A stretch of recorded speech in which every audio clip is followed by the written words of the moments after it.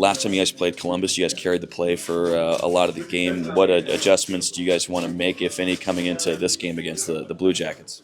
I don't think we should make any adjustments. We played well that game. We just didn't score on our opportunities, and we just have to put the puck in and play the same way we played against Philly and against Columbus, against Pittsburgh. We just gotta put the puck in the net. Penalty kill has been really good as of late. Why do you think that is? No idea. You guys have also been staying out of the box, it feels like, more than maybe earlier in the season. Is that just you guys moving your feet and being more disciplined? Maybe refs start respecting us more. I don't know. But yeah, when you play hard and you go to the net, you make the refs make a call because it's actually a penalty, and you guys take penalties on you because you're faster than them and you beat them to the net. And the same way around, on the defensive side, if we stay on the defensive side, there's no need for us to take a penalty. So if we play the right way, usually if we're in the right spot, there's no need to take a penalty. So that's what's happening right now, I guess. Saw you guys doing some small area drills and some compete drills out there at Morning Skate. How do you feel like you guys have done in that area of the game this last stretch of games? Compete? Compete is always high on this team. We're all young, hungry hockey players that want to win. So it's always been there. It's just waking us up in the morning, which is good. Dylan Guenther comes back last game. He goes back on that top power play unit. He had missed some time. What was the chemistry like on the power play with having him back on that one-timer circle? Yeah, well, he's a threat. It frees up Kells a little bit, frees up me to shoot the puck maybe, and when he's open, we'll always find him. So obviously he's a big part of this team, and his speed on the entries too. He's got all the tools. So we just he brings a lot of attention to himself. You've had some big playoff series in this building. What's this atmosphere and this crowd like, and what's that cannon like? I don't know about that. Well, I don't think it was big for us. We lost 4-0, so it was a good atmosphere. Obviously, they got the passionate fans, and they want to win. So it was a fun atmosphere for Columbus for sure. Thanks for coming. Coach, we're dying to know, any lineup changes here tonight? Yeah, Crosser's back in, and Chelly's out, and Iggy's in the net, and that's it. What kind of boost is it going to be to have Krauser back in the lineup? Well, I think he's a big leader in our team. He's a big boy hockey type of player, and I'm looking forward to see his respond and to have him back. I think as a team, I think we have different way to hold our player accountable. Crosser was one way we mentioned we have other player, but there's other thing we do internally as well. So there's different ways, but we went that way this time.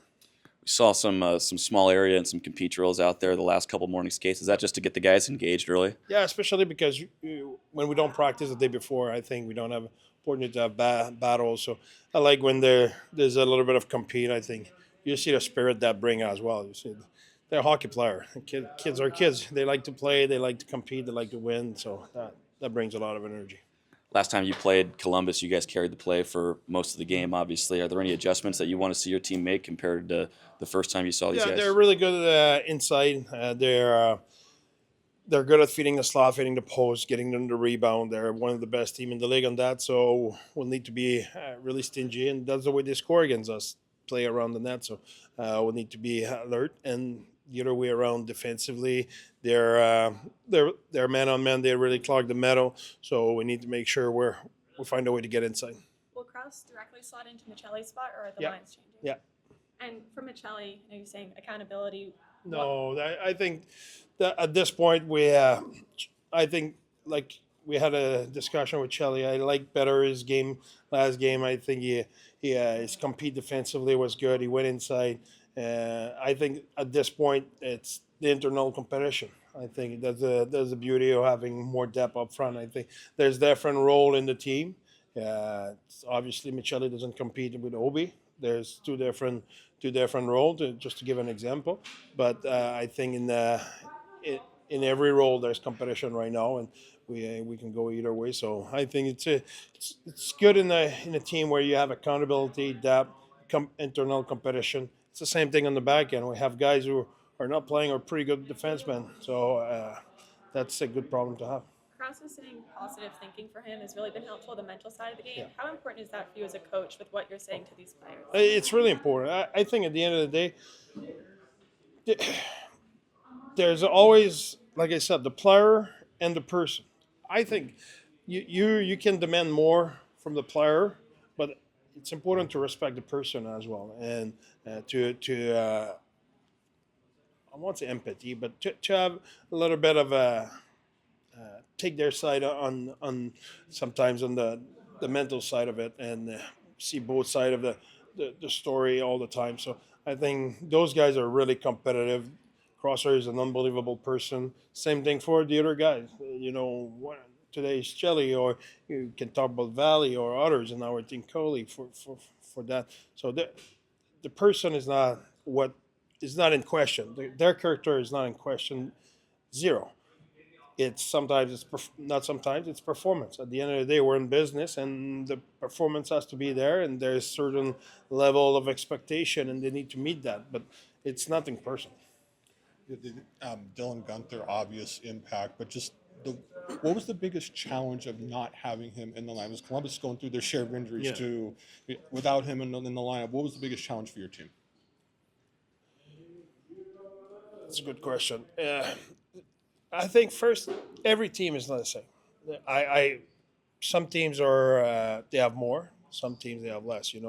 For us was Jersey, Cooley, at some point with Sergachev, with Gunter. That's for sure. It hurt a little bit. Like right now, Columbus, the Marchenko, Monahan, and Boone, and those guys. Okay, that's difficult. At some point, it's tough to overcome. If you look at Philly last game, the same thing. They have a few injuries. So every team is the same. It's rare you play against a team and say, "Oh, they have everybody."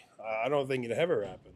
It's always the way it is. So it's challenging, but at the same time, the challenge is to stay in the present. And whoever you are as a player, your your job doesn't change. You need to be the best version of yourself.